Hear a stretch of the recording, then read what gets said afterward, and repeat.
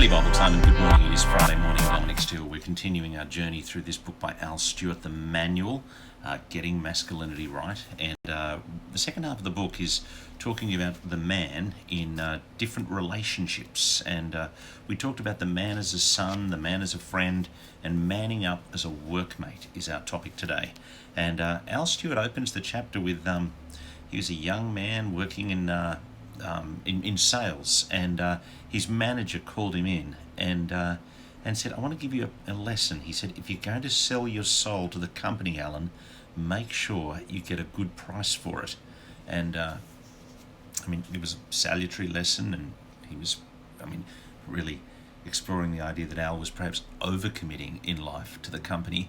And there's illustrations and the story often of people feeling like and being pressured because they're undercommitting life to the company. He gives a series of principles in this chapter as he thinks about the man at work. The first one is tell the truth, that lying easily becomes a habit and it affects your character. We want to be men who tell the truth.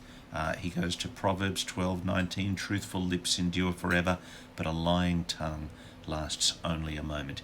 Treat people with respect, and particularly he talks about treating the little people in the organisation with respect, the people without the big titles and without the big paychecks, honouring them.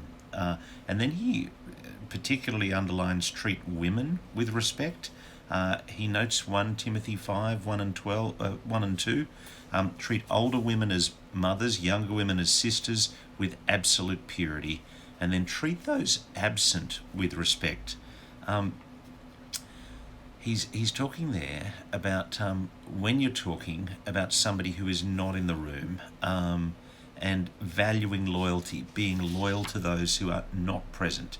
And a quote, he said, a line from his dad, which Stephen Covey hints about: if someone will gossip to you, they will gossip about you. Then he says, don't sell your soul. Remember, it's the relationships that will last. He tells a chilling story from Lisa Pryor, of a senior and successful banker, speaking about what it takes to get to the top of the industry.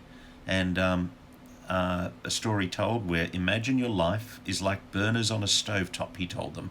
Filling out the metaphor a little more, he explained life consisted of 4 burners: work, family, friends, and health. He came to his point: to be a good banker, you need to turn off 1 burner. And he paused for dramatic effect. To be a great banker, you need to turn off 2. And the challenge was, are you prepared to turn off 1 or 2 of those bankers in order to get to the top? I have seen person after person in the workforce who actually effectively has turned off those burners and turned off the burner of God, and really ruining their lives and ruining their priorities. Al's 4th principle is remember, a time is coming when the phone won't ring anymore. He tells the story of when he was chaplain to the Sydney Roosters rugby league team, and Jack Gibson was the manager of the team and Al's boyhood hero, and they were standing together watching training at Henson Park in Sydney's inner west. And Jack Gibson spoke to Al and said, when I was a State of Origin coach in 89 and 90, the phone rang 80 times a day with journalists wanting to talk to me, but now the phone doesn't ring so much, and you better get used to the idea that the day will come when the phone doesn't ring at all. And he notes that men are hit hard by retirement, often because they haven't had the opportunity to diversify social networks, and a time will come when the phone doesn't ring and you'll wish the phone did ring. But if you haven't invested in relationships, friends, family, some meaningful form of Christian service, it's going to be a very quiet retirement. He says, be clear about who you're really working for. He notes the Apostle Paul's instructions: slaves, obey your earthly masters in everything. Do it not only when their eye is on you and to curry their favour, but with sincerity of heart and reverence for the Lord.